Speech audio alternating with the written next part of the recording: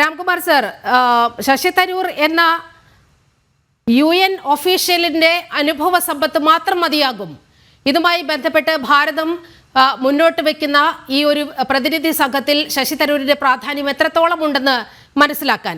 പക്ഷേ കോൺഗ്രസിന് അത് ഒരു തരത്തിലും ബോധ്യപ്പെടുന്നില്ല, പ്രത്യേകിച്ച് രാഹുൽ ഗാന്ധിക്ക്.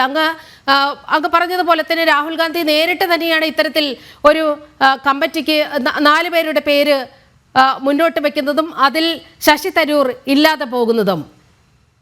യഥാർത്ഥത്തിൽ ഹൈക്കമാൻഡിന് മുകളിൽ ഒരാൾ ഷൈൻ ചെയ്യുന്നതിൻ്റെ അസഹിഷ്ണുതയാണോ രാഹുലിൽ നിന്ന് ഉണ്ടായത്, ഈ രാജ്യത്തിൻ്റെ പ്രതിപക്ഷ നേതാവിൽ നിന്ന് ഉണ്ടായത്? അതാണോ എന്നാണോ ഈ ഘട്ടത്തിൽ ഊഹിക്കേണ്ടത്?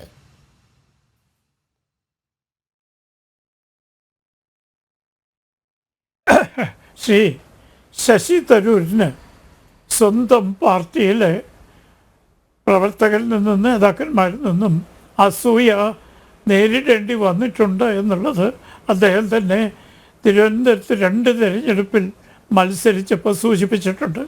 അദ്ദേഹത്തിൻ്റെ സ്ഥാനാർത്ഥിത്വം തുരങ്കം വയ്ക്കാൻ ഇവിടെ പലരും ശ്രമിച്ചിട്ടുണ്ട്.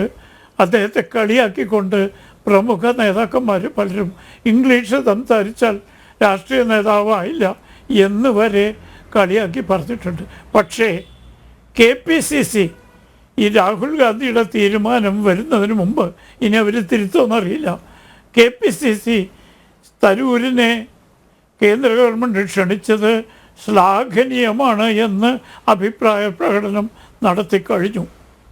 ഇനിയിപ്പോൾ KPCC രാഹുൽ ഗാന്ധിയുടെ നെഹ്റു കുടുംബത്തിൻ്റെ കാര്യസ്ഥന്മാർ കേരളത്തിൻ്റെ കോൺഗ്രസ് കാര്യങ്ങൾ ധാരാളം നയിക്കുന്നവരാണ്. അവരാരെങ്കിലും ഇടപെട്ടുകൊണ്ട് ഇനി അഭിപ്രായം മാറ്റുമെന്ന് എനിക്കറിയില്ല. അപ്പം ശശി തരൂർ എല്ലാ കാലത്തും ശശി തരൂർ എന്ന് മാത്രമല്ല കഴിവുള്ള കോൺഗ്രസ് നേതാക്കന്മാരൊക്കെ ഇപ്പോൾ ഉദ്ധവ് ശിവസേന പോയ മിസ്സസ് ഉത്തർപ്രദേശിൽ നിന്നുള്ള ചതുർവേദി അവർ പറഞ്ഞത് എനിക്ക് പ്രവർത്തിക്കാനുള്ള അവസരം തരുന്നില്ല. ഒരു കാലത്ത് രാഹുൽ ഗാന്ധിയുടെ സ്വന്തം ആളായിരുന്നു. ഇന്നവർ ഉദ്ധവ് ശിവസേനയെ പ്രതിനിധീകരിച്ചുകൊണ്ട് ഈ സംഘത്തിൽ ഉൾപ്പെടുത്തിയിട്ടുണ്ട്. വളരെ വിദ്യാഭ്യാസ സമ്പന്നയാണ്, ഇംഗ്ലീഷ് ഭാഷ അനായാസം കൈകാര്യം ചെയ്യാൻ കഴിയും. ഇത്തരം ആളുകൾക്ക് ഈ പാർട്ടിയിൽ നിന്ന് എപ്പോഴും അസൂയയും മത്സരവും നേരിടുന്നുണ്ട്. കേരളത്തിലെ സ്ഥിതി നോക്കൂ. കൊടിക്കുന്നിൽ സുരേഷ് പറയുന്നത് എന്നെ പാർട്ടി അവഗണിച്ചു എന്നാണ്. മറ്റു പലരും MMSനെ തഴഞ്ഞു. സാക്ഷാൽ K സുധാകരൻ വരെ പറയുന്നത് ഞാൻ ചെയ്ത തെറ്റ് പാർട്ടിയെ പാർലമെൻറ്റ് തിരഞ്ഞെടുപ്പിലും മറ്റും വലിയ വിജയത്തിലേക്ക് എത്തിച്ചു, അതുകൊണ്ട് എന്നെ മാറ്റി.